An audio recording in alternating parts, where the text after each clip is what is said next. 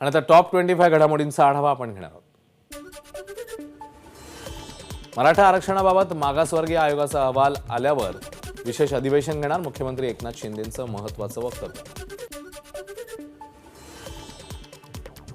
किशोरी पेडणेकरांना अटकेपासूनचा दिलासा कायम. पेडणेकरांच्या अटकपूर्व जामिनावर 14 फेब्रुवारीला सुनावणी. कोरोना काळातील कथित बॉडी बॅग घोटाळ्यात पेडणेकर आरोपी. ठाकरे गटाच्या अधिवेशनात अनेक महत्त्वाचे ठराव. बेरोजगारी, शेतकऱ्यांचे प्रश्न अशा अनेक विषयांवर आम्ही निर्धार केलाय. उद्धव ठाकरेंच्या नेतृत्वाखाली पुन्हा सरकार येईल यासाठी प्रयत्न करणार.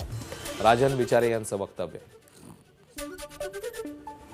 500 कोटी रुपयांच्या कथित घोटाळ्याप्रकरणी ठाकरे गटाचे आमदार रवींद्र वायकरांना चौकशीसाठी ईडीचं समन्स. मात्र वायकर चौकशीसाठी जाणार नसल्याची माहिती. रवींद्र वायकर यांचा गॉडफादर उद्धव ठाकरे. वायकर यांचा बळी दिला जातोय.